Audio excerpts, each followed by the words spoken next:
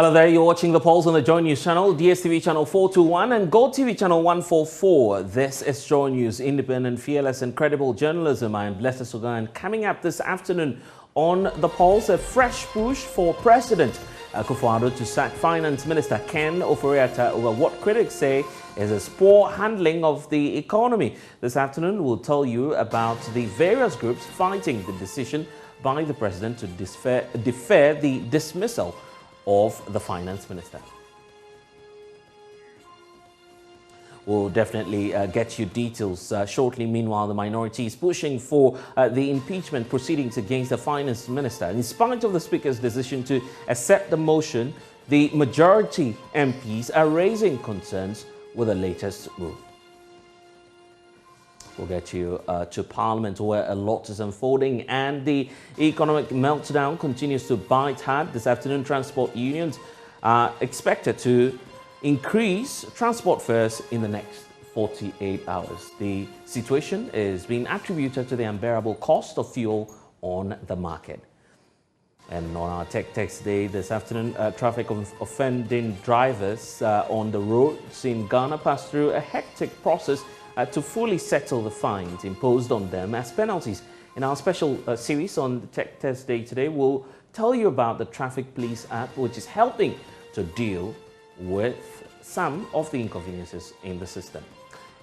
It's all coming up here on the polls. I'm blessed Sogah. Remember that we're streaming live on YouTube and Facebook. It's at JoyNews on TV. The polls, as always, is brought to you by Global Communities Dignilu, affordable, safe sanitation. We'll get your details. Please stay.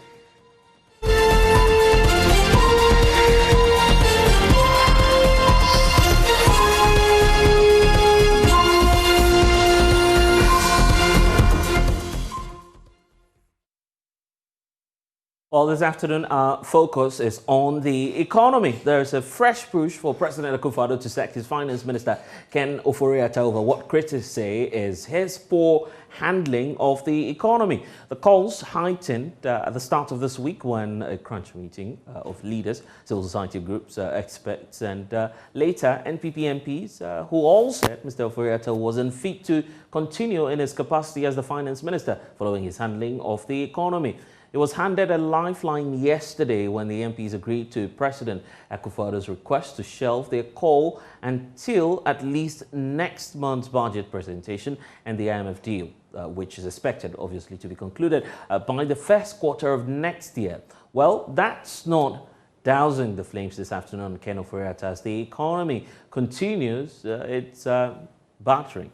And of course, fuel, transport fares, prices of goods and services, as well as general cost of living have all shot up beyond the means of many Ghanaians who say Ken Ofori-Atta must go. Definitely be getting you some of the reactions shortly, but already pressure is indeed building up. The Citizens Coalition says it is untenable for the President to further defer this decision to fire his Finance Minister, Ken Ofori-Atta. Listen to Dr. Pupuni Asante, who happens to be one of the leading figures of the group. One of the things we are saying, short of asking the President to leave, is show us just the token of maybe shifting your team. Okay, do something about the people who are in charge of this. Another reasonable thing that has been said is that if the Finance Minister has expressed severally on different occasions that he does not believe in the IMF solution, then please, he should not be leading that team. I think it's reasonable, all right? We also want to send a message to our parliamentarians. We support what you did. It's constitutional and it's proper. We just don't have the kind of constitution that the British have, where the party can remove the president and put somebody there. But at least we do have a parliament and they do have those powers. And we are saying that only a fool waits for his sore to become so chronic that he has to cut his foot. So don't wait for this thing to become something that leads somebody to overthrow this constitution. And on that note, several, musings and, suggestions that what we may need is a military, coup or something. It's never a solution. I think it has been explained here. And we would like to send this message that if anybody attempts that, we will be the same people to fight you down. We've been there, we've done that. It's not solved any solution. It's not solved any problem. There is nothing that makes a man holding a gun wiser than one holding nothing. We have problems, we will work through them constitutionally, which is why we are saying if the president cannot give us a good enough idea, there are ways in the constitution to ask him to resign or to force him to resign, either through parliament or through demonstrations. And like was said here, you don't just get up and do a demonstration. None of us here are afraid of demonstrations. We have track records in demonstrations, but we are going at this properly in an orderly fashion. And I mentioned parliament because they are part of the solution. We can do this and do it in the proper constitutional way. But of course, if we get to the point where we realize that nothing will shift, the president remains where he is, he believes this is the best he can do, he believes this is the best thing he can have, and we keep sinking, nothing stops anybody from going onto the streets and locking the country down for 3 days. That also does not mean any military adventurist should pick up a gun. We will resist you too. So the point is, citizens have been at the front of this fight from day one. And we want to assure everybody that we'll continue to be at the front of the fight. We'll do it well, we'll do it properly, we'll do it constitutionally. This is our country, and we'll continue to defend it.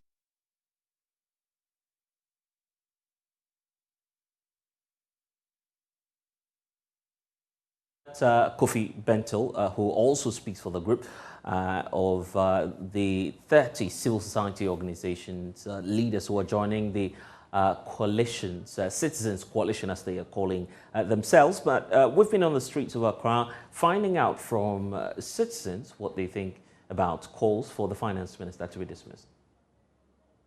Has come to a standstill and in fact a downturn. A majority of the decisions or the financial matters that economy is facing right now are taken by the finance minister. So he should be removed because he's just incompetent. Just look at where the dollar has gone to at the moment. And most of the things are pegged with the dollar. Today, when you buy something, tomorrow when you go to the market, the price have changed. And look at fuel.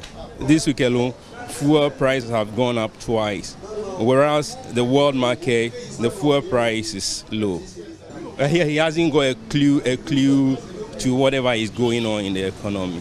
We have a running bus, and if the driver is sleeping behind the wheel, we have to halt the bus and then get a good driver who could stay at first to our destination. Everything is now in a mess, and it's like we need to change the driver so that we see good results from there, because we've seen the driver sleeping on wheels. There's no doubt about that. Looking at the strength of the economy, is shrinking. It's very bad. It's getting out of hand. Look at the way the dollar is rising. It's too alarming. So I'm in support of it. He should step down. He has failed woefully.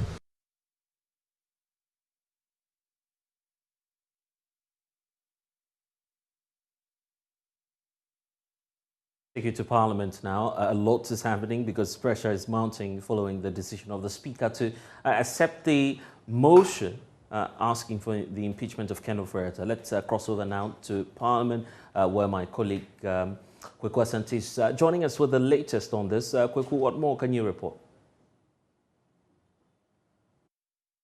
Majority Leader Alexander Fenyomakin raised some objections to the notice that has now been served. If you look at the other paper of today, there was a notice on the motion of suspension of Ken Ofori-Atta, that minority motion seeking to remove the finance minister from office. According to Deputy Majority Leader, the motion listed contains some grounds he thought would prejudice the public against Ken Ofori-Atta and should not have accompanied the specific order that has now been filed. He also raised concerns that even if the minority were minded to list all these reasons on the other paper, they must have come with sufficient grounds so that the finance minister can properly prepare to come and defend himself in the next 14 or so days when the motion is moved. The minority did not take kindly to that. Indeed, Haruna Idrisu, the minority leader himself, said that that did not need to happen, and that as far as he is concerned, they had complied with the laws of the Republic in filing this motion. The Speaker took about 5 minutes break of the House to come back and then rule on these specific objections that had been filed by the Deputy Majority Leader. according to the Deputy Speaker, no constitutional order had been breached in his admission of this specific motion. And so he overruled that objection of the majority. The majority insisted, though, that if anything at all, Parliament as an institution must write to the finance minister informing him of this motion of censure that has been filed against him. Again, the speaker took a different view. According to the speaker, the order paper is a public document, and once an order or any motion has been filed and represented on this, the finance minister has been put on notice, and that he, as Speaker of Parliament and his experience in the House, he is not aware of any provision that mandates him to inform the inform the finance minister of this. And so the Speaker of Parliament said that if the finance minister is minded to put up a defense of himself, then this order paper notice that has been served offers sufficient notice. So what are the next steps now? So now that the notice has been filed, it is going to reappear on the order paper for 7 successive sittings. For the next 7 sittings of Parliament, it will appear on the order paper, giving all and sundry notice that this motion will be moved. After that 7 days is expired, the minority may move the motion, and all this has to be done within 14 days. So when they move the motion, the finance minister is entitled to be heard in his own defense. So the next 7 sittings will expire next 2 weeks, after which minority may move the motion. Will it be moved by the minority leader himself or the chief whip who filed this censure motion before the Speaker of Parliament? And so when this is done, within the next 14 days, it's expected that the finance minister will come to Parliament and provide any reasonable defense to the grounds that have been filed, if he has any, after which MPs will be expected to vote. And let me say that this vote is by secret, just like the election of the Speaker.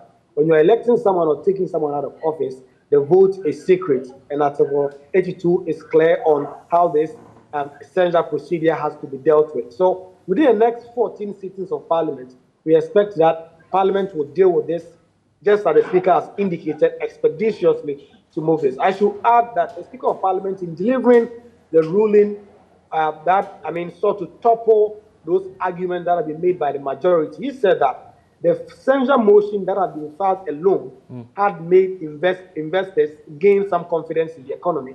And that is why the cedi has started appreciating against the dollar. And that was his explanation for why the cedi is now performing quite well on the international market. Kwaku Asante joining us live from Parliament. Let me bring in Murtala Mohammed. He's a member of the Public Accounts Committee. Thank you, sir, for your time. And just before we start off with the conversations, Kwaku, I want to find out one more issue from you. The reactions and the concerns we're also getting from the majority MPs. Why do they have issues with the procedure being used by the Speaker? So according to the Deputy Majority Leader, in their view, they thought that some of these issues should not be listed. Indeed, if you look at the order paper, the grounds upon which the minority are making this claim against the finance minister have been listed. According to them, this prejudice the public against the finance minister because these are just mere allegations. But the minority have been fighting back. Indeed, we heard from James Agalga, who argued that these are just facts upon which they will be relying to make their case. And on the day that they will be moving the motion, they will be providing sufficient facts in law and other sources to be able to back their position. But we also know that the majority side have now, toned down a bit in their criticism of the finance minister, calling for the finance minister to be sacked. Indeed, yesterday the meeting was held where agreement was that the finance minister be allowed to hang on until the 2023 budget is read and then the IMF deal is concluded, the negotiation concluded. According to some of the MPs that I've been speaking with, who have been giving me some information in confidence, they are not so happy with this idea that the finance minister should hang on for the next few weeks. But because this claims and this request came from the president, they are ready to give him that honor. But they are not very much excited. Kwaku Asante, thank you for giving us the latest in Parliament. And we do know that members of over 30 civil society organizations are asking government to immediately take steps and consider a work-from-home policy in a bid to ease the economic pressure on Ghanaians. Ghanaians in the next 48 hours will be paying more for transportation as the Ghana Private Road Transport Union, GPRTU, is set to increase fares by 19%. However, in a bid to avert what they describe as harsh economic conditions, the Citizens Coalition say Ghanaians should be allowed to work from home. We can listen to Dr. Kojo Asante, who is a leading member of the group. Your disposable income too will definitely not be so much affected when you are working from home.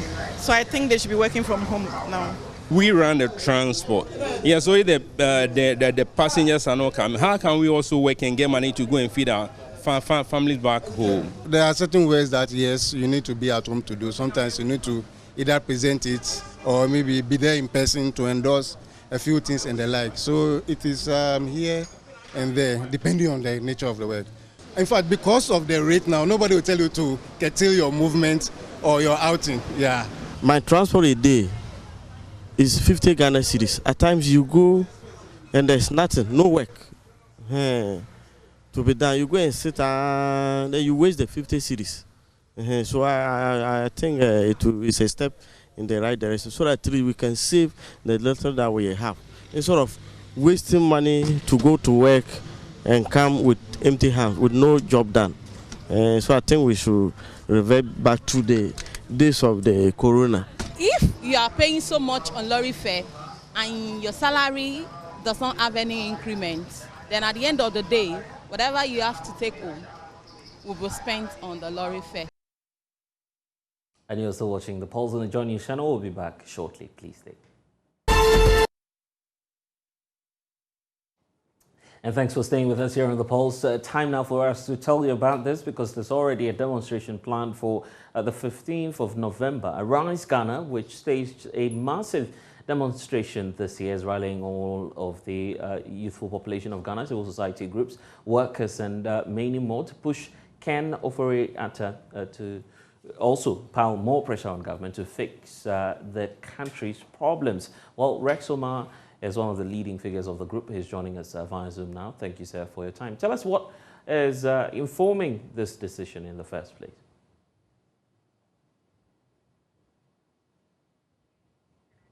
You would have to first of all unmute so we can hear the points you're making. Sorry? Thank you very much. Yes, right. I can hear you now. I think we're all witnessing the economic hardship that is going on. The CD devaluation or free fall of the CD, and the untold hardship that is being visited with Ghanaians due to irresponsible management of our economy. Right now, every day things go up. The inflation. I mean, the government statistician is talking about 30-something%, but in reality, Ghana's inflation is over the roof. It's over the roof. I mean, and the whole situation is now Ghana has become a laughing stock. Our cedi is the most valueless money around the globe. In fact, we have even gone past Sri Lanka, you know, and everybody is complaining, everybody is hot. So we as the civil society group, it is our responsibility, our constitutional mandate to mount pressure on the government to do what it's supposed to do. I mean, why is it that the people who have managed our economy and bring us into this situation, the president is still supporting them? I mean, this is the government that has come to power, and over 6 years, he has not even done any serious reshuffling. I mean, we just can't understand. This same Ken Ofori-Atta and the people, Charles Dubois and the people who have mismanaged our economy, you are still having them, and it's like the president keeps saying that, oh, my ministers are doing marvelously well. If they are doing marvelously well, why are we in this situation? And if you talk, they say, oh, Ukraine, Russia, Ukraine. Even the Ukraine that is in war, the economy is better than Ghana. So that is the reason why we believe that it is our responsibility to give a platform to the teeming youth and the general Ghanaian public, the workers and the market women and everybody, a platform to vent their frustration. It is very necessary and it is very important. So, and also assure the security agencies that everybody should keep calm, and then the youth of Ghana, everybody should keep calm. First, we mount pressure on the president to do something. The president and his government, the economic management team is still in place, and these people are, in fact, they've brought this country into its knees. Yet, the president is adamant. Everything you say, we don't care. Whatever we want to do, we will do. We don't care. Even if you don't want to vote for us, vote for NDC. I mean, is that how we want to govern this country? We believe that we have to be serious once and for all as a country. So what are you seeking to achieve with this latest demonstration? Two things. Giving platform for as many people as possible to vent their frustrations, for the government to know that enough is enough. We are using this platform to also support all the people and the organizations, like-minded organizations and pressure groups, individuals like Martin Pegbu and all other people who are also advocating. And then we are also using this thing to say kudos to the parliamentarians, including the MPP parliamentarians, for what and the stance they're taking. I mean, it's gotten to a point where it's gone beyond partisanship, because at the end of the day, if Ghana goes down the drain, whether you are in this or MPP, we are all going down the drain. So it's very important that it become a nationalistic issue, and then do what we are 31 million people. You cannot tell me that Ken Ofori-Atta is the only smart person or smart economist who can lead this country. I mean, when the parliamentarians did their vote of no confidence or did their petition for the president to sack Ken Ofori-Atta, what is he talking about? He says, oh, they should give him some 2 weeks for him to finish the negotiation with the IMF. This is a joke. Ken Ofori-Atta is not running his private business. He is the finance minister of the Republic of Ghana. Are we saying that in the whole of MPP, Ken Ofori-Atta is the only person who can negotiate with the IMF? You know, these things are, it's laughable. It's making our country become a laughing stock, you know. So that is why we think that we have to mount pressure on the president, because he is actually the leader who is adamant and thinks that he doesn't care about what any Ghanaian says, including his own party people says, and wants to do whatever he wants to do. He didn't make himself president. Ghanaians made him the president. So it's about time he listens to Ghanaians.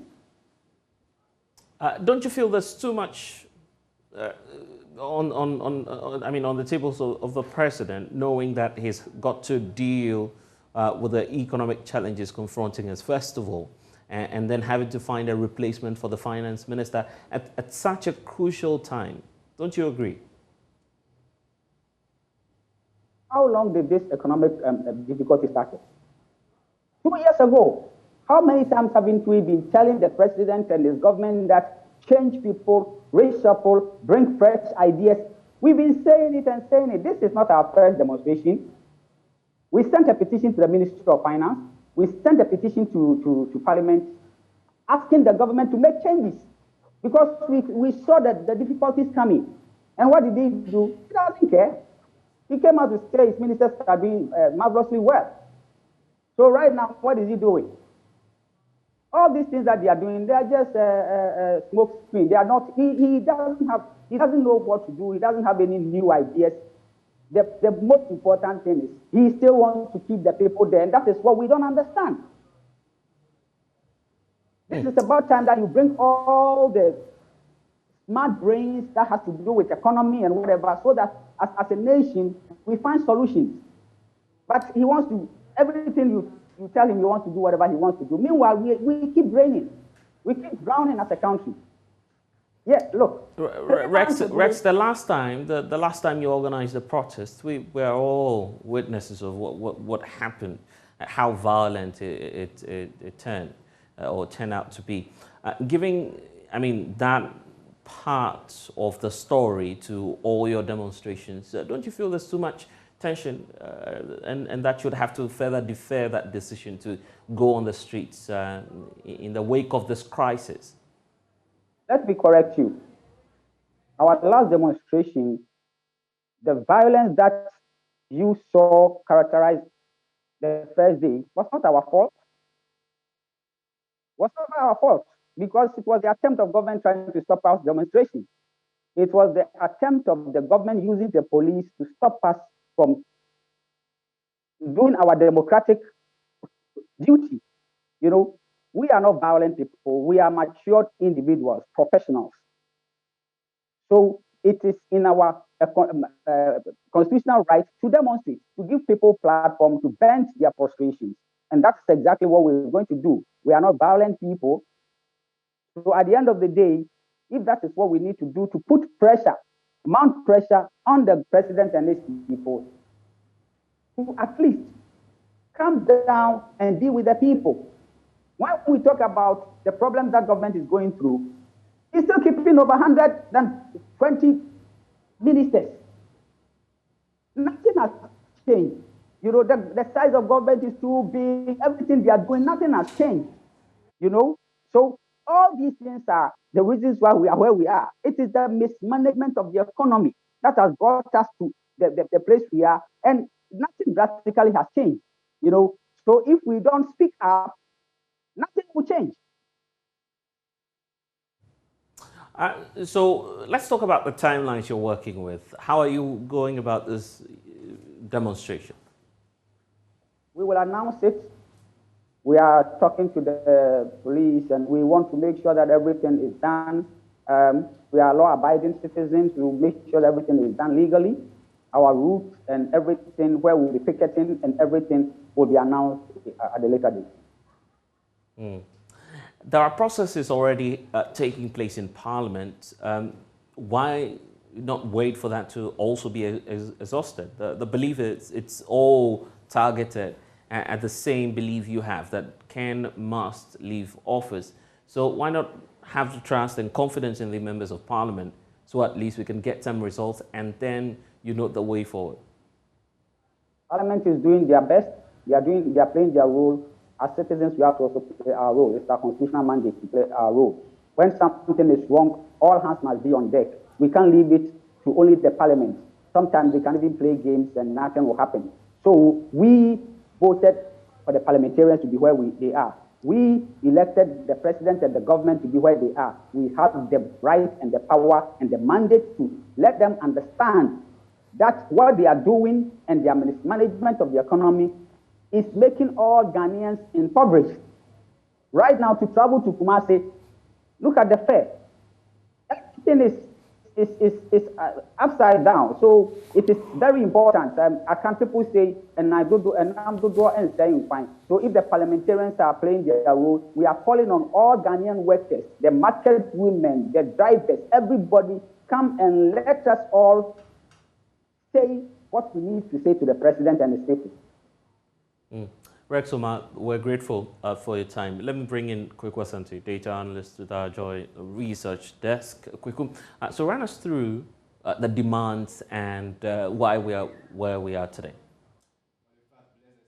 Calls for the finance minister or the president to sack the finance minister have actually come from different angles, and the most substantive one is the recent one where we have about 80 MPs, majority MPs to be specific, about 59% of them requesting or asking the president to actually sack the finance minister, or they will boycott the 2023 budget reading. And we understand that this 53% of MPs, the number is actually increasing. It means more and more majority MPs are now joining the calls for the finance minister to be sacked. But we also understand that the president is also pleading that they allow the finance minister to finish with his IMF negotiations before probably if he'll be sacked or not. But calls have come from different angles. Professor Kofi Oduro has called the same call, Martin Kwebu. There's also Professor Godfrey Bokwin. There's Dr. Chue Champon. All of them with the same message: sack the finance minister. We know the NDC, AFAG, and also 80 MPP members. But recently in Kumasi, when the president was doing the Ashanti regional tour, he was asked to name his best ministers. And it appears that Ken Ofori-Atta was the #1 out of the 5. So we asked a very critical question. If the president has named his 5 best ministers and Ken Ofori-Atta made the list, do you think it will be so easy for the president to actually sack the finance minister? There's the trade minister also included, Alan Chomantin, Kwesi Amoakwata, minister for roads and highways. There's also Ignatius Bafwewa, transports and labor relations, and finally Dr. Owusu, Dr. Efri Akoto, who is food and agric minister over there. So 5 of them. But let's look at some of the economic indicators under the finance minister, probably the finance minister and the president or the current government. So this is a finance minister who actually inherited inflation around 16, took it down to 12.4%. He's actually one of the finance ministers who have actually given us a single-digit inflation right in 2018, 2019, 2020, and then after COVID, 2021, inflation rose to 10%. But the picture hasn't really been the same if you look at 2018, 2019, 2020 inflation figures as compared to what we have right now, being 37.2%, where even some professors like the famous Stephen Hawking, who says that the inflation of 37.2% is even, it's a joke. It's now around 113%. But we know the Statistical Service, they have disputed this claim. Let's look at, our debt stock under Ofori-Atta. He inherited a debt stock of somewhere around 142 billion Ghana cedis, added up to 173 billion to 218 billion. Then within a very short period of time, we've seen the stratospheric rise in our debt stock from 218 now to 400 and to almost doubling from 218 to 420 in a very short period. Look at how much we've added to our debt stock under the current finance minister. We also know that if you look at the Eurobond market trips, the current finance minister has actually borrowed more than $11 billion from the Eurobond market, where we'll start paying around in 2015.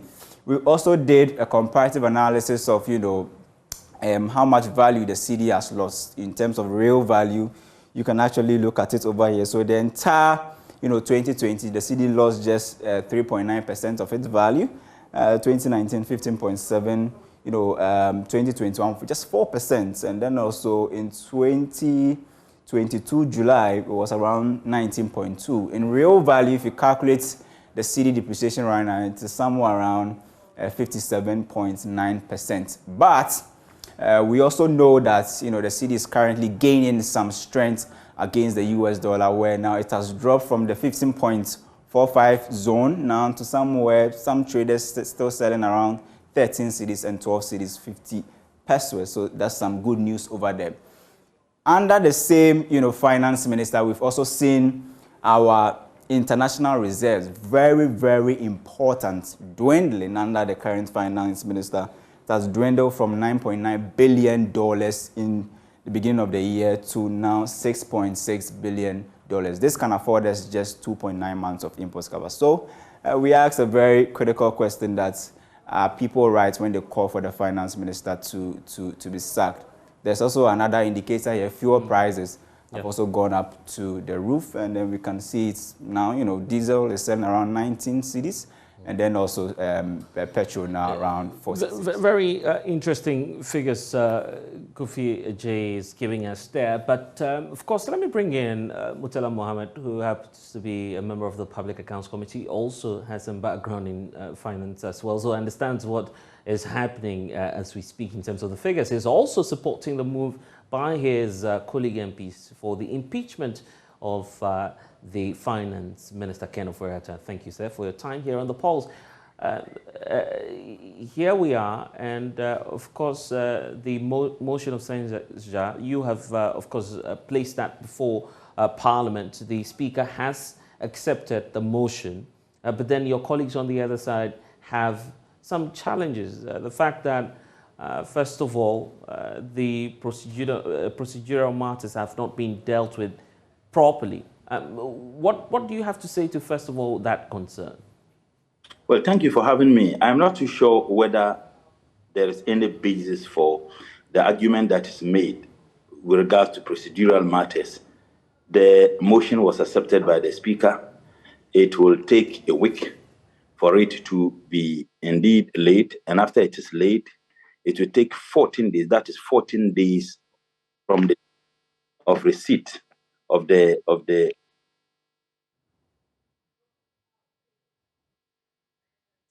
It appears that we've lost the Member of Parliament there, but we'll definitely reconnect with Murtala Mohammed, who is a member of the Public Accounts Committee. Kofi J has been looking at the figures And of course, we're expecting the president to also address us this weekend. It's all part of the activities that we're looking up to. But Kofi, you ended at the point where we're talking about the fuel prices as well. Yes. So if you look at this interesting chart, just look at the difference between where we were in 2015 or even somewhere 2017 to where we now currently 2022 October. You can see a huge difference or variation between the 2019 figure where both diesel and petrol were all selling for 5 cedis, 35 pesos per liter, and now to somewhere around 19 cedis and then 14 cedis respectively. But we also know that if you look at the tax components on fuel, it's now not just tax alone is now around 3 cedis or 2 cedis, 63 pesos just as tax components on fuel products. So that's what we have currently under the economy, where we've seen the dwindling of reserves from 9.8 billion to 6.6 billion. Kofi Ajay is a data analyst with our Joy Research Desk. Thank you for your time. Mutala, you're back with us. You're making the point on the procedure. I'm saying that there aren't any basis for the question of procedural, processes that were not, adhered to before the motion was actually written to or sent to the speaker. The standing orders are that once you send the motion, it was advertised today in the order paper. It should be laid. The motion will be laid in a week's time. That is what the standing order says. And after that, 14 days, that is from the day of receipt of the motion, that they will open the debate. And after the debate, a decision will then be taken. If we get 2/3 of members of parliament agreeing with the censure, then the minister will lose his appointment as a minister of state. Now, the issues that were raised, for me, I'm not going to belabor those issues. The speaker gave his ruling. So if the majority members think that they have a superior argument to make, challenging the basis on which we are calling for the censure, they can make that argument on the floor. Now, we are very optimistic that we will have the minister censured. We are very, very optimistic. As of yesterday, we got the 136 members of parliament, signing to the motion. Now, per the standing orders, you need 2/3 members of parliament to agree with us for the censure to be upheld. Now, if you have 80 members of the NPP who are signatories to the members of NPP who are calling for the president to dismiss the minister, if you add 80 to 136, you'll be getting about 216. So 216 is way, more than the 2/3 members of parliament. We are parliament of 275. Yeah, but I believe by now you've seen that statement from the majority caucus indicating clearly that the MPs have acceded to the plea by the president that let's defer the dismissal of the finance minister. As a matter of fact, I have had interactions with some members of parliament from the MPP who are signatories to the 80 members calling for the president to dismiss the minister. And they said that they were not consulted, one. They are not in sync with the letter or the statement that was issued by the majority. We do know that the leadership of the majority were hauled before the Flagstaff House and they were forced to do what they did. So that is why we are very convinced. Once we start the debate, you will see them openly debating against the motion. But when it comes to voting, mind you, the voting is going to be through a secret ballot. We are very optimistic that the Minister for Finance would lose his seat. That is why they are scared of. At least I spoke with about 3 members of MPP parliamentarians who supported the decision to have the minister and these sacked. You remember they were asking for the minister to be dismissed or resigned. We think that is long overdue. Remember, this was our position. And I can speak for myself. When the minister was nominated, you remember I had some differences with my brother, Honorable Okujeto. And my view was that if the appointment committee had, if the decision on the minister was by majority decision, we certainly would have debated and voted. Mind you, it was on consensus. And that was the challenge I had with Honorable Okujeto. My view was that if he thought that the minister was not supposed to be approved, he could easily have, rescinded. And once he rescinded, the determination of the person becoming a minister will be subjected to debate at plenary and then will be voted upon. And based on the information we got at that time, if we were to vote, the minister wouldn't have been the minister. So even when they were approving him on voice, I walked out. I don't think that he's fit to continuously holding himself as the Minister of Finance. And I ask you to tell me one single success story that the minister can boast of. But you see, it goes... Yes, I'll tell you about that. Single-digit inflation, at least it's achieved that target. We've not seen that in the last few years. Single-digit inflation for how long? Under the NDC, we had single-digit inflation for over a year. The people of this country are not interested in labels. They're interested in practicality, the impact of the so-called one-month single-digit inflation. What was the impact? Fuel prices. In fact, under the NDC, a gallon of petrol was sold at 14 cedis. Today, a gallon of petrol is sold at, in fact, a liter of petrol is sold at 14 cedis.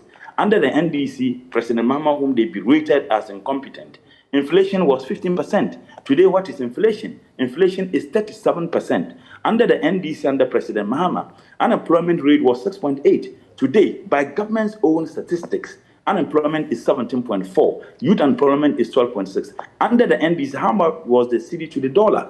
The president they described as incompetent. Today, the cedi to the dollar, you cannot tell.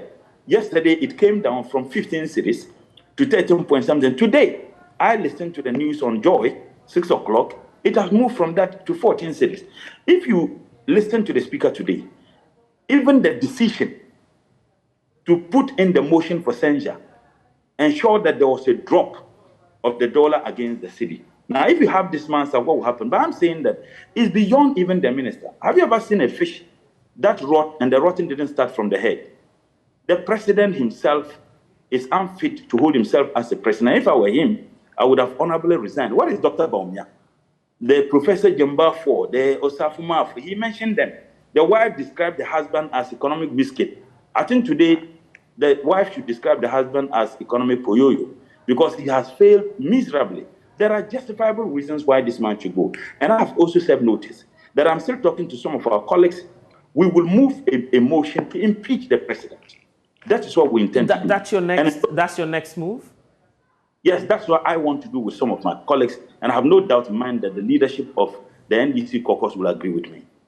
On what basis are you escalating this, that we move from Ken Ofori-Atta to the president himself? And how soon are you going to take that initiative? Have you seen the countries where we had, revolutions? They never experienced a quarter of what we have experienced. But that is not what we are calling for. We are calling for using the democratic processes to get this super incompetent man out of office. And that is why we wouldn't do what the others did in Mali and in Guinea and in other places. We are using the democratic means allowed us by the Constitution to get him out.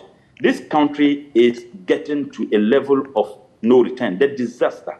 Look, I had some problems. Last year, how much did we buy a bag of sugar? Today, a bag of sugar is sold at over 700 Ghana cedis. Who knows? Within the next week, it will be more than that. The reason why we are where we are is because of the incompetent policy interventions by this government. And I'll give you a classical example.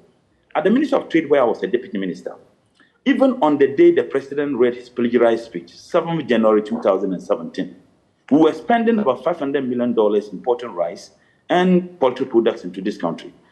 Today, we are spending over $2 billion. The issue of the depreciation of the cedi is responding to nothing but the forces of demand and supply. What it simply means is that every year we have to look around to get over $2 billion to import rice and poultry products into this country. Go to NADMO. State monies are used to buy rice for the purposes of providing with unfortunate citizens of ours who are afflicted by disaster. And what kind of rice do they buy? They buy foreign rice. That is what they buy, foreign rice. Look, Honorable Tanko, and I would always mention Honorable Tanko with delight, he engages in the production of rice in several thousands of acres. I engage in the production of rice. Go to Avnash, the rice processing company in Tamale. They have stock of rice in their warehouse. The state is unwilling to buy the rice. Their rice can compete with any foreign rice. So the problems we have today are not the creation of anybody. They are the creation of the kinds of policy interventions. And what this government is doing, meeting AGI, meeting the various stakeholders, is what can be better described in the Dagbang Palace as someone who left your door to be ajar when it started raining. Then after the room is flooded, You then thought it wise to go and close the door. That is what this government is doing. It will yield to nothing. Someone asked me whether sacking the minister would help the economy. It won't help the economy much, but at least it sends a signal to any government appointee that if you are not able to do well, you would be asked to go or you are forced to jump. And my question on the escalation of your action to the president has not been answered. When do you intend to take that action? I have told you that I am in the process. I've started talking to some of our colleagues and I have gotten the buy-in of several members from the NDC in Parliament. I am trying to work on other members of MPP, members who have actually agreed with me and agreed that the president should go, except that they are cowardice. They don't want to speak openly. So once I get even the buy-in of those people, covertly, we shall begin the process of impeachment of this super incompetent president. If the president then decides to fire his finance minister, will that at least bring back some hope and for you to give him a lifeline that, well, you'll not trigger the impeachment processes? If the president wanted to fire the finance minister, he would have done so now. You remember, when he went to Tamale, he said those who were calling for the dismissal of the finance minister, were NDC members. I was on a program with Honorable Eugene, and he said, look, Mr. President, it is no longer the NDC members who are calling for the dismissal of the minister. We, the 80 members of MPP, are also calling for his dismissal. Listen to the argument put by the president, that because the man had commenced the processes of getting the IMF, deal, we should allow him to do that. There is a popular Ghana proverb that you don't remove a thorn when we are in the middle of thorns. It simply doesn't make sense. So what we are asking this government to do is to do the needful. And we realize he's unwilling to do the needful. Let me ask you a question. The president is saying that because of the IMF processes and the budget, they should allow the Minister for Finance, to go ahead with it. If you have a football team, and that football team is not doing very well, and then you want to do recruitment, and you say that, look, allow the coach who is messing up with the team to finish with the recruitment before you hire a new coach. Does it make sense? That new coach, the person is not doing well. Fire him, recruit a new coach, and let the new coach recruit his players. It is very clear that this man is unwilling to get the Minister for Finance out. And I have said on your program that the reason why Ken Ofori-Atta is still the Minister for Finance is because he uses Ofori-Atta. He's so incompetent. You have your Minister for Finance who is a banker, his deputy is bankers, the GRA boss is a banker. I mean, it's clearly gross. I can bet my last penny he won't fire this minister. What he's trying to do is a trick. Allow the man to finish with the IMF negotiation, allow him to present the budget. By the time the budget is presented in November, and by December, we are going on recess. So even the possibility of getting the minister maybe sometime next year. How do you allow someone who has no confidence in the IMF lead the negotiation of a deal with the IMF? My understanding is that the IMF is unwilling to give us money. The best they can do is to give us a program. And once they give us a program... And what's your source on this, Mutala? What's your source? Well, let them deny that the IMF didn't tell them that they will not be... You're alleging you must prove. What's your source that the IMF is not willing to dole out the cash? Let them deny. It would be fair for me to disclose my source, but that source I can tell you is from the same government. It's from the same government. And if they are denying that source, let them deny it. Find out from the IMF why this is not. One, they told you people, and the people of this country, that the reason why the IMF money is not coming quickly is because the IMF had asked government to come out with a program that will work on the internal or domestic debt sustainability. Is that not what you guys said? Yeah, debt restructuring. Why should that be a problem? It is not debt restructuring. The IMF is uninterested to give us any loan or assistance. Our debt to GDP is over 100%. Tell me one single country. Yet they argue that the reason why we are where we are is because of COVID and Ukraine. Are we the only country that is afflicted with COVID? And I ask you a simple question. Within the West African sub-region, which country went to the IMF for $3 billion loan in the name of COVID? Which West African country went to the World Bank for $906 million in the name of COVID? Which West African country dipped their hands in all funds, manner of funds established by their previous administrations and presidents they berated? Now, the other question is, we were told that we're given free water and electricity. I never enjoyed the free water and electricity. Many people didn't because of our consumption level. Now we are all being made to pay the COVID levy. I filed a question before Parliament went on recess, demanding the Minister for Finance to tell us how much they spend on the free water and electricity. And as to whether the COVID levy we are paying, we have been able to pay for that money. Assuming they spend 10 million Ghana cedis in providing the free water and electricity. And with the COVID levy, we are all paying, whether you enjoy the free water or electricity or not, you pay. We are all paying the money. Assuming we have paid more than 10 million, and government continue to tax us, wouldn't that amount to criminality? This minister refused to appear before Parliament. And anytime he even feigns appearance in Parliament, what he appears condescending, very arrogant, very disrespectful to Parliament. Tell me one success story. There are very capable people, perhaps in the MPP.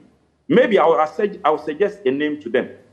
If they can't get someone, they should appoint my good friend, Dr. Amwa or Dr. Stika. He will be a very fine Minister for Finance, isn't it? And unfortunately, the appointment authority does not belong to you now, but we're grateful for your time. Yes, probably, yes, if you just want to wrap up on the points there. I'm saying that we will go ahead with this. It doesn't matter. The statement that is issued under duress, it doesn't matter. We will go ahead with the process. Thank God the Speaker admitted received the motion.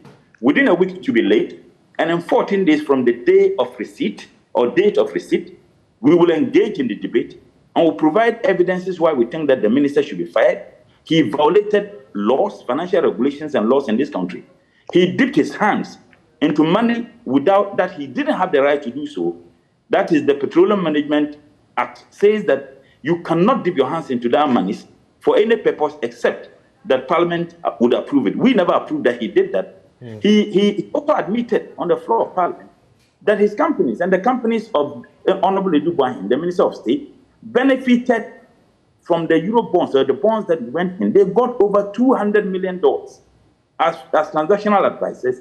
So these are clear violations of the law. Right. And right. We don't need to call the president to dismiss. He should have done that. Murtala Mohammed, we're grateful. We'll definitely be watching the space to see if indeed the president will act. I'm grateful for your time here on The Pulse. But we also need to tell you that a group of Ghanaians have also threatened to picket the office or the residence of the Vice President, Dr. Mahmoud Bawumia, in the lead up to the 2016 elections and even the 2020 elections. Dr. Mahmoud Bawumia was well noted for his public lectures and giving assurances that he will fix the economy if elected. So this group says, why is the Vice President not showing up in such a crucial time? Chief Baini is joining us via Zoom now. Chief, thank you for your time. You would want to give some time to the Vice President, knowing that at least there's a cabinet meeting underway. Don't you hope that something positive might come out of such engagements? First and foremost, I just want to apologize for and on behalf of my senior brother, Dr. Mahmoud Bawumia. And I'm making this apology with all sincerity. He is a Muslim brother. He is a northern brother. We are not known to be people who lie, who deceive people. He told people, he lied to the people of this country that he had the magic wand to solve the economy. I want to appeal to the people of this country. That is not who we are as Muslims. That is not who we are as Northern. It is just him. But that is not to deny the people who want to use their democratic means of picketing at his office.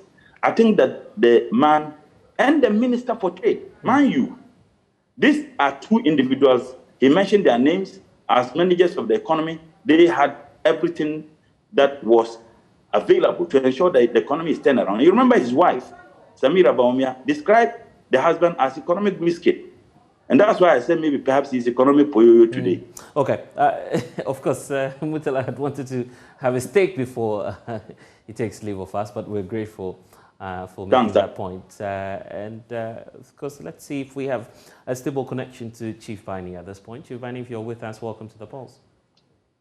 Thank you, my brother. So yes, of course, Murtala taking his side to apologize even before you kickstart the picketing. Will you go ahead, and why are you going after Dr. Mahmoud Bawumia? I think I will first of all greet yourself and your cherished listeners And also want to commend you for the good work that you are doing for Mother Ghana. Tomorrow, 7 a.m., we're meeting at the Kaukudi Park. Then the picketing starts right from Kaukudi Park. I will be moving with some people to the office of the Vice President through the Switchback Road. And then for your information, the police, after we sitting and agreeing on the route and all that, they went to the court yesterday to stop the process. Yes, I'm listening to you, Chief Vani. Chief Vani, are you with us? You'd have to unmute so we can get the point you're making. You're talking about the fact that you were in court, the police service attempted to injunct the process, correct? Chief Vani? Chief, we can't hear you, but if you can hear me, I was just asking about what the point you're making. That the police, yes, that the police was attempting to do what exactly? Injunct the process? Yeah. The police actually went to court for a restraining order. But it's been directed that the picketing goes on. We start from the Kaukudi Park, and then some few people will join me with the media. Then we'll go through the 37, through the lands, through the Switchback Road. And then the representative from the office of the Vice President will meet us halfway at the DVLA Christ the King area, and then receive that petition on behalf of the Vice President. So tomorrow the exercise is coming on. It's about time we... Yes, but the question is, have you fulfilled the 7-day requirement or whatever days is required by the Public Order Act? Yes, we've gone past that stage. You know, I gave them a letter last week, Friday, and I think it's 5 days, not 7 days, 5 working days.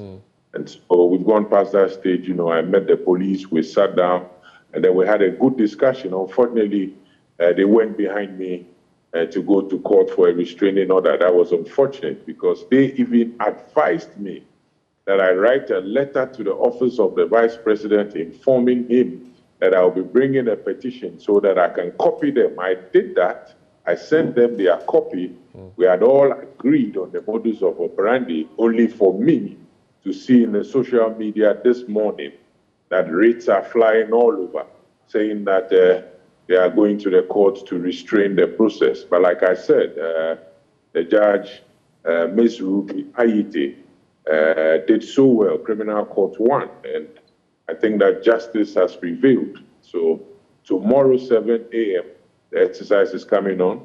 We are picketing at the Kaukudi Park, and then few of us will move and then go to the office of the Vice President, which the court has directed that a representative meets us halfway at the DVLA Christ the King area so that we can present it to them.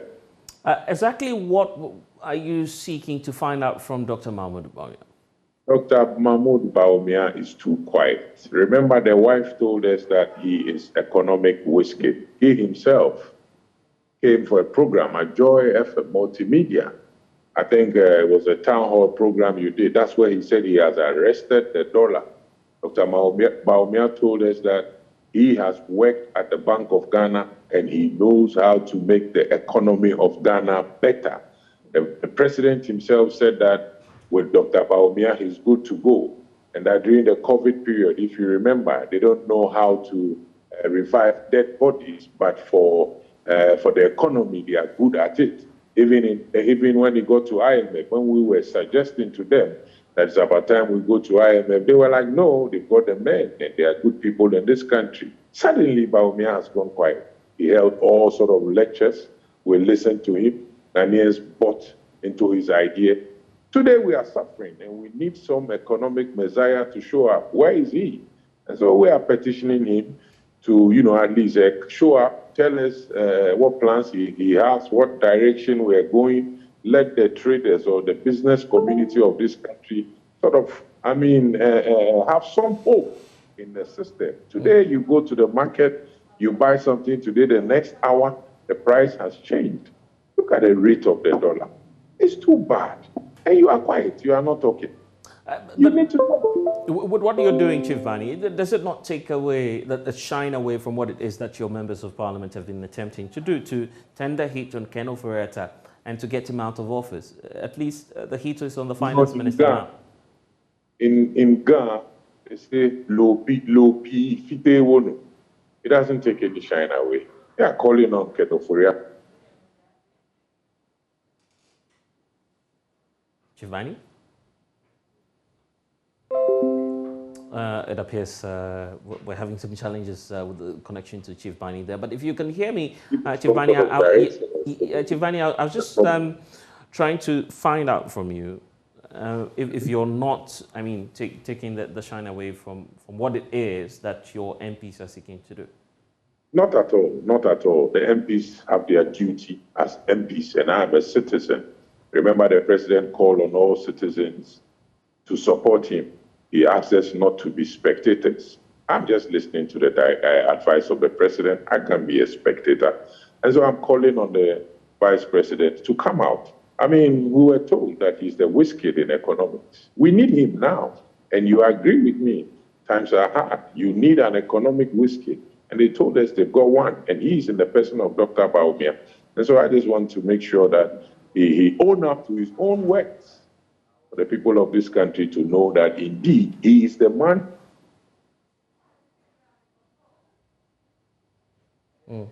Okay, we'll have to leave it here. That's Chief Bani. He's leading a group tomorrow to pick up the office of the Vice President, at least serving some notice there and also indicating what it is that they'll be seeking to find out from Dr. Mahamudu Bawumia. You're watching the Pulse of the JoyNews channel, but of course an emerging issue is that the contribution of Ghanaian traders to the high prices of goods and services and also foods and other items on the market is well known. My colleague Samuel Kojo-Brace has been interacting with some Ghanaians reeling under the economic crisis, and they say that the problem is not getting any better.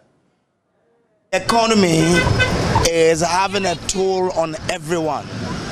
Every day, Ghanaians are complaining of hardships in the Ghanaian economy because of how things are running now. Today, what you buy will change tomorrow. The price will increase tomorrow, and people are really lamenting on this. But we're on the street to really gauge the mood, hear from the people what exactly they are saying. So let's get the stories told by the people themselves. Let me start here from this woman. It's very bad because I am dealing in disposable items, and the way things are going, you know, it's too bad. Example like, give me ribbon, give me one ribbon. I am selling it at the rate of 16 cedi here at Domi Market. Yesterday I went to Accra to get the same item at the cost of 26 cedi. How much am I coming to sell here? Because I was selling it 16 cedi.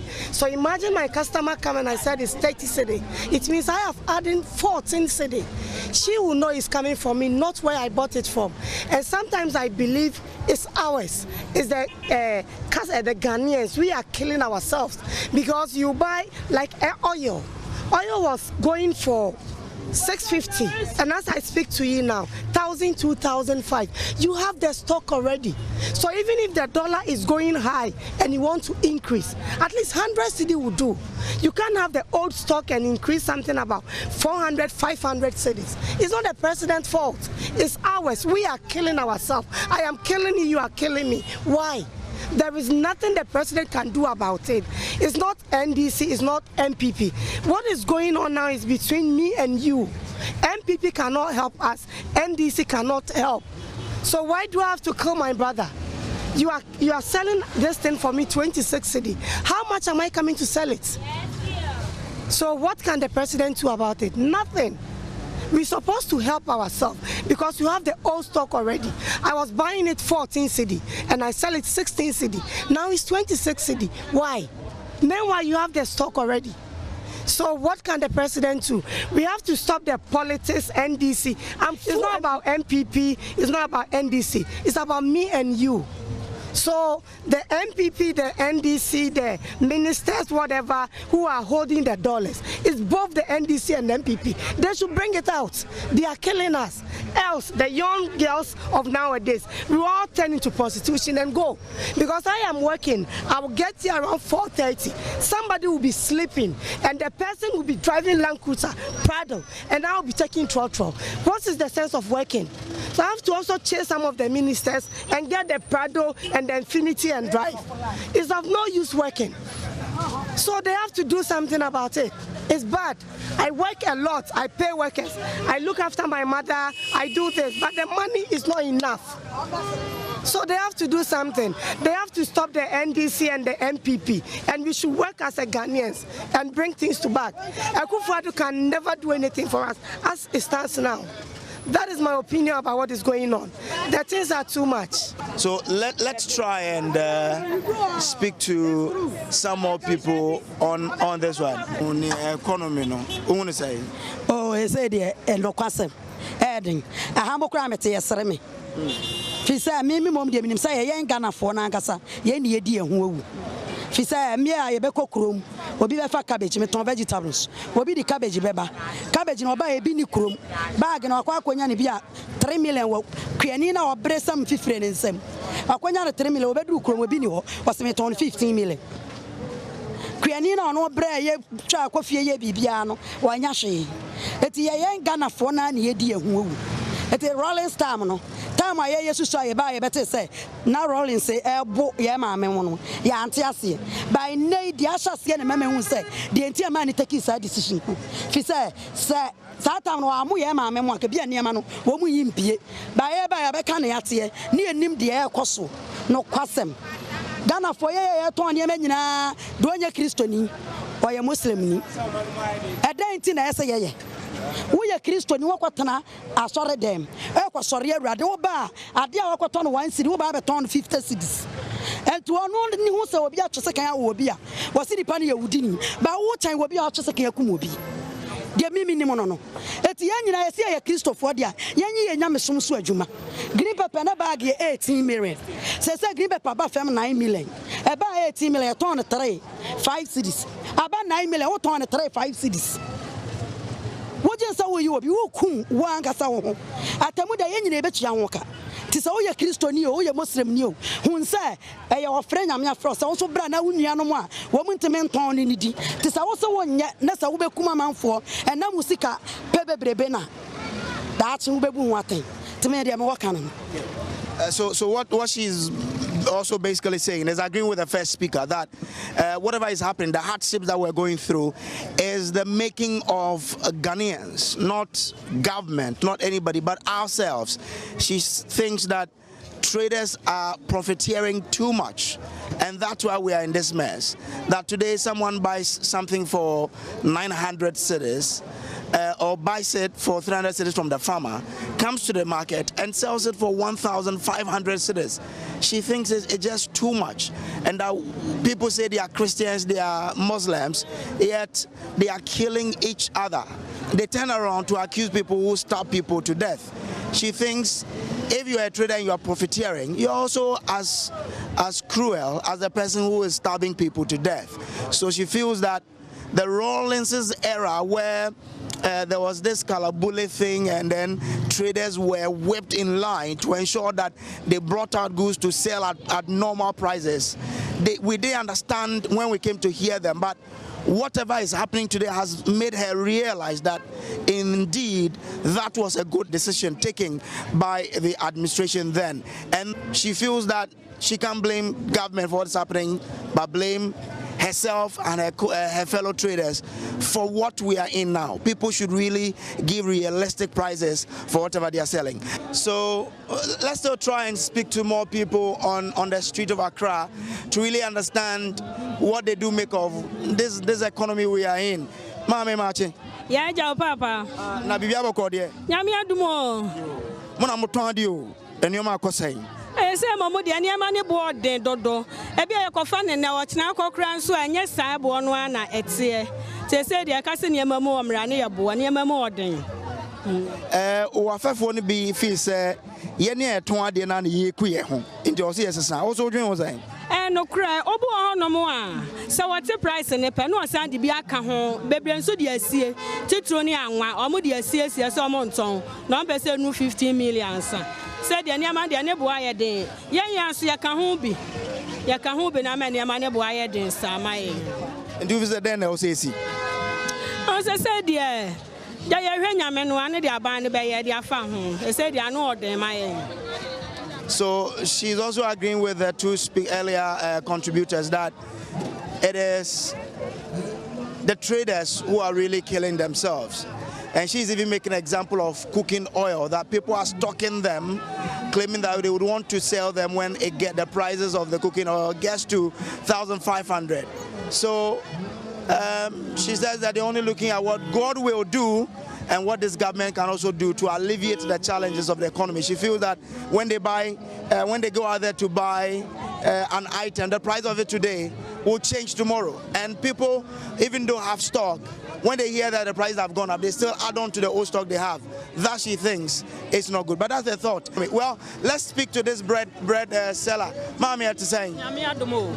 Also Tom Brodo. Tom Brodo. And you want to say? And you must say the Nkoye Kra Brodo Mesua. First, the Nanka Mesua yet talk. None of one who form. Say the Anabon cost from Mesua and talk. And you may be so many matches as the same yes, Kakra, remember. Say the annoyed day. Annoyed dear my uncle for Antonio Manindi. Eh, says it's almost yes can talk. First, Nanka ne boy at 10 cedi. And no motor. They say 15 cities. It's as a near man cost runty. I was here, Brodo, they 15. Ya did you so yen talk? They say me for a car free pokwas and a maba.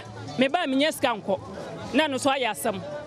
Or bad time, Miss Rahi matching, bear 330 and a mabaha. Machines are any amazing. They say they are annoyed near my school fees is also boakostro. Annoyed day. You know, there be an also Brodo the bar. Utminya bears and the coffee. Oh, first dear, Nanka Mesua. At least meet Minya bear 100 cities. Name the coffee. Say, Miamia do my 50 kuraminya. Me ba medidi, me afro car, me lolo fe me kon me ba 10 cedi. Me ba aduane kura me afa me nya aduane ni. Ma yema me nipa dua kura ye basa. They say they are no kura ni mo aye den. Mo aye. Enti e na otena na odwen ho a. Officer den na mana basa. Me dey say see ade. Dey me dwen say Bible na some no kan me dey me feel say no na abam because o kan say ewiase ne kwa wie a ahene be sori ahene so e mofra so odin beba emre mu odin beba me dey madwen dey me feel say eno amu na ye wo yi me dey say na madwen ye me. So she says that she sells bread. Things are hard that she can carry this bread all throughout the day and it won't finish.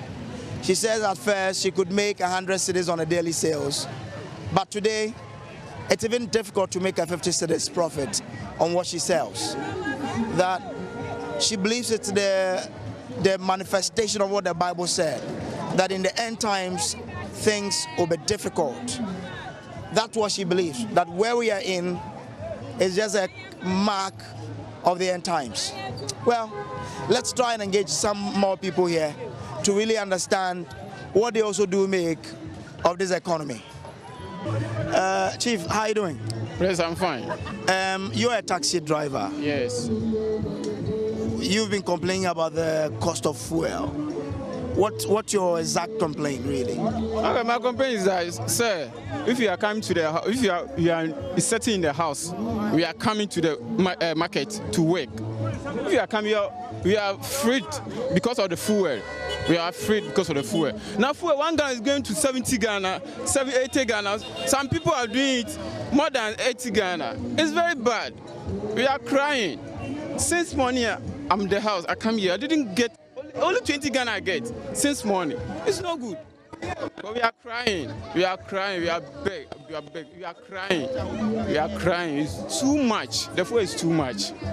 It's too much. So let us understand, how is it really impacting on you as a father, as someone who probably has a family that takes care of them? The effort is too much. If I come to work right now, I'm going to the house. I don't have anything to give to my wife. I'm totally disappointed with the government. It's too much. So government to do something. Please, government to do something. Please, we are begging him. It's very too much. And you heard the concerns of some Ghanaians there. Let's turn our attention now to the education sector. The Africa Education Watch says it has released its monitoring report on the 2022 West Africa Senior Certificate Examination. Joining us now via Zoom is Kofi Asarin, Executive Director for the group. Thank you so much, sir, for your time. You have identified some key issues you'd want the West Africa Examination Council to deal with. What are some of them?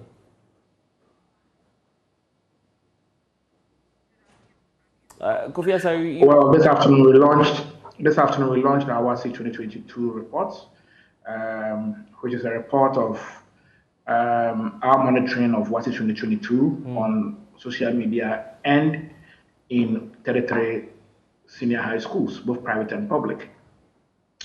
Findings included, among others, strengthened question security during this year's WASI compared to last year. Last year, we monitored 20 papers, out of which 11 leaked.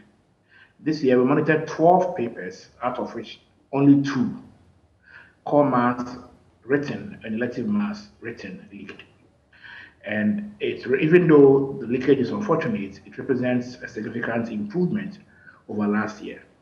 We also witnessed that this year's WASI, due to the lack of questions leakage ahead of papers, attention of examination fraud practitioners was focused at the exam center. We saw increased collusion between school authorities and students to help them cheat. Immediately question papers were shared. School authorities will solve them in a strong room in the school and then also disseminate them or transfer them through WhatsApp platforms to students in school. Is this a generic statement, or you're referring to some particular schools based on this claim that you're raising? No, we are not making a general statement. I'm only giving a summary of the research findings. We actually met the Minister of Education last week to have a detailed discussion with him on the key issues, the specifics. But I'm only giving you a summary of the findings, the summary of the findings. Because by putting this out, this has the capacity to, in fact, dent the credibility of the entire examination process. You agree? Yeah. To dent the integrity of the examination process, but this is not new.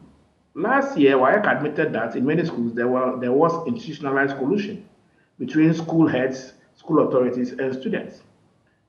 This year, in collaboration with Corruption Watch, we undertook an undercover video documentary and showed you how school heads took money from students, solved questions for them on whiteboards in the full glare of everybody, and also transmitted them through WhatsApp platforms. It was a video documentary. You saw it. WAEC saw it. The minister has seen it. GES has seen it. Everybody saw it. So we are not discussing anything fictional. What we are saying is that because the questions are not leaking, which is great, because the Ministry of Education got the BNI involved to police the printing process, the focus has moved to the examination center. Because we are not going to get the questions ahead. So immediately questions are shared. Most schools will create strong rooms. People are on standby to solve the questions, transmitted on WhatsApp platforms, sent to the classrooms. This was happening last year, even in WAEC's own admission. But the scale has increased this year because this time around, the students are not getting the questions to buy online as easy as it was last year. So we've gone beyond the issue of tarnishing the image of WAEC or the credibility of the examination process, because we are interested in enhancing a battered credibility of WASI. That's why we are having this engagement. What we have indicated to stakeholders is that it's important for all of us to have an honest discussion about how we want our assessment sector to be managed. Because let me tell you one thing, that the reason why examination fraud is on the ascendancy is because of the do or die nature of WASI. Communities believe that if their children fail WASI, they cannot go to training college, they cannot go to nursing training college, they cannot join the police service, they cannot... Mr. Sarin? Okay, we seem to have some challenge there to the Africa Education Watch, but some of the highlights there of the findings, they're coming through with the 2022 monitoring report on the West Africa Senior Certificate Examination. But we do know that Speaker of Parliament, Alban Bagbin, is faulting the Supreme Court for giving judgment in a matter the legislature was a party, but which he says Parliament was not served nor heard. The Supreme Court declared as unconstitutional the law on granting license to grow cannabis, popularly known as weed. But the Speaker has faulted the Apex Court, saying although Parliament was a party to the suit, they were not granted hearing on the matter. I read in the dailies again about a case that was presided over by the Supreme Court, and the judgment was given something Manam versus the Attorney General and the Speaker of Parliament. The Speaker of Parliament had no knowledge about that suit, and yet judgment was delivered by the Supreme Court in which a section of a law we passed was struck out as unconstitutional. If the Speaker is a party to a suit, at least the Speaker should be served. There was no service on us. Maybe the Attorney General assumed that responsibility without even consulting us. And the Supreme Court proceeded to give some judgment striking out a section of a law we passed, Section 43 of the Narcotics Control Commission Act, without hearing from us. I think something is amiss, and we have to rectify it. It might be known to all that it is not in all cases that the Attorney General is sufficiently empowered to represent Parliament. So the Parliamentary Service Board took notice of that and has proceeded to engage some 2 firms to assist Parliament in this matter. So I don't know whether there's a representative of the Attorney General here, Minister for Justice. In the absence of that, I will direct the Minister for Parliamentary Affairs, who is the majority leader and leader of the House, to inform his colleague, the Minister for Justice and Attorney General, about this matter. If there is any further need for further discussion, we are available to do so. But we must do something to close this gap, this miscommunication, and get inputs from Parliament when there are matters before the court having some impact or effect on what we do here. We should be heard.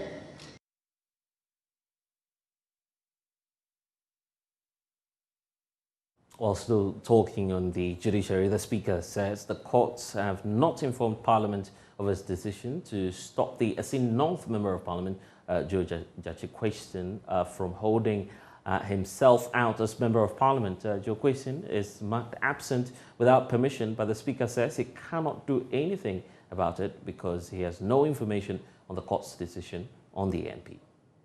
I have no basis for taking a decision in this matter because I have no records before me. I only hear, I read in the dailies and the rest, and I cannot take that as evidence. And so I thought that my intervention that day would have drawn the attention of the authorities to do what we generally refer to as the needful. But as at now, I still don't have any evidence of that. And so we should let sleeping dogs lie until the proper thing is done.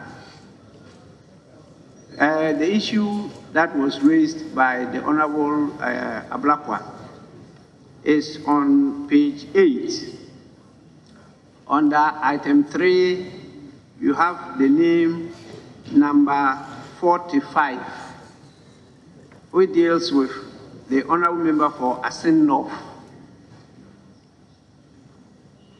because his matter has been pending. And I don't have any evidence on it.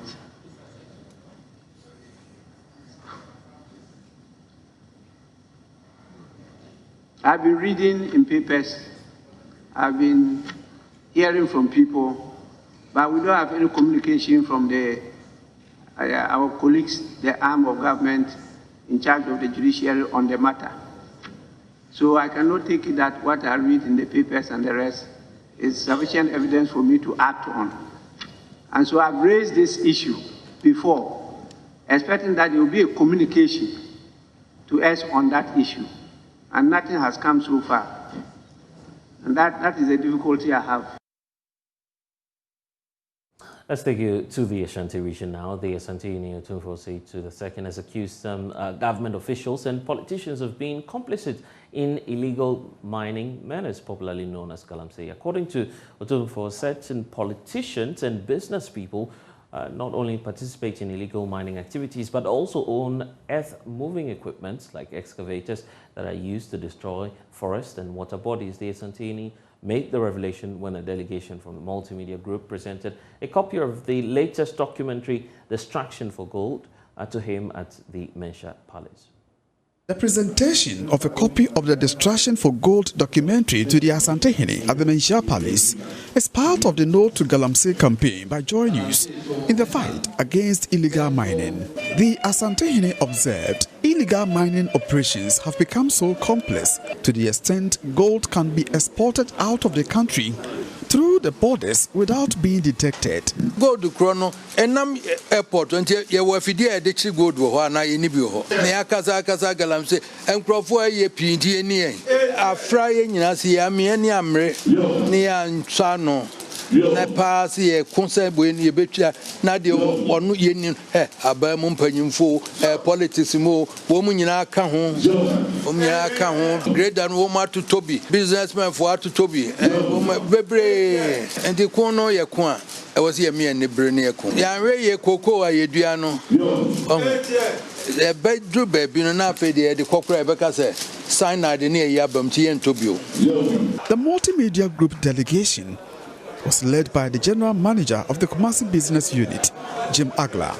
It included Kofi Adudumfe, the news editor, Erastus Asaridonko, who produced the documentary, and Ohimiteria, an assistant editor.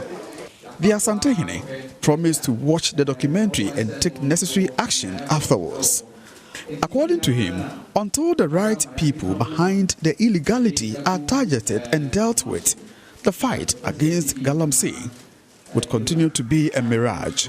My friend, the Juma Mayina, and no free wire who the Beya found. Now, no one is a yen said galamsey Korea king. A Ghana for a Ghana for a dear nature, South Chinese, you want you. And I asked them. Ya ye hu se enim nipa ye so enim nipa ye e kwa ni akotwa photo se nkwala no a atache we hu se galamse ni atwe photo se ya chi galamse fo gold no ho na jikoy. Erastus Asaridonko is happy at the advocacy role played by the Asantehene in the galamsey fight. Otumfuo is the embodiment of power and advocacy across the world.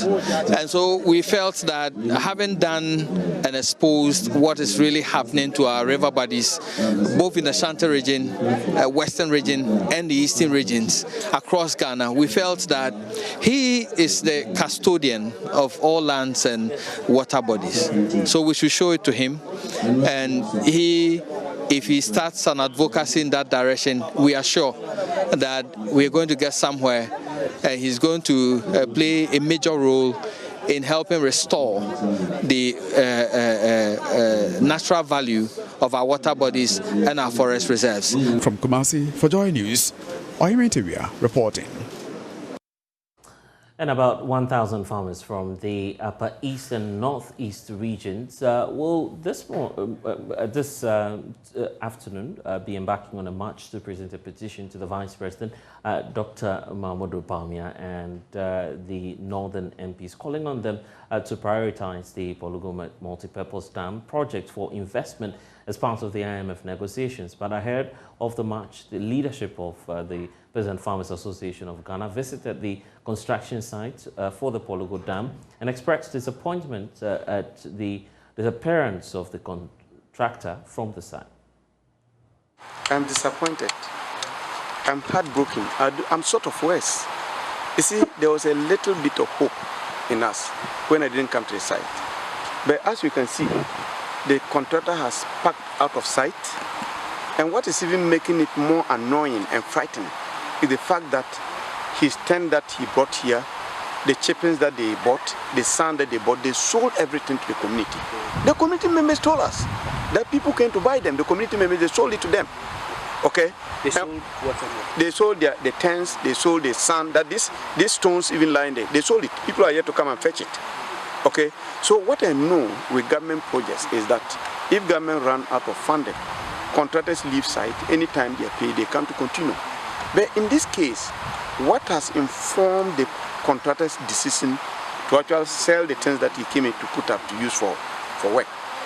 And I'm tempted to believe that maybe government had truncated the project, but they are not telling us. So the march is now to bring the community members involved.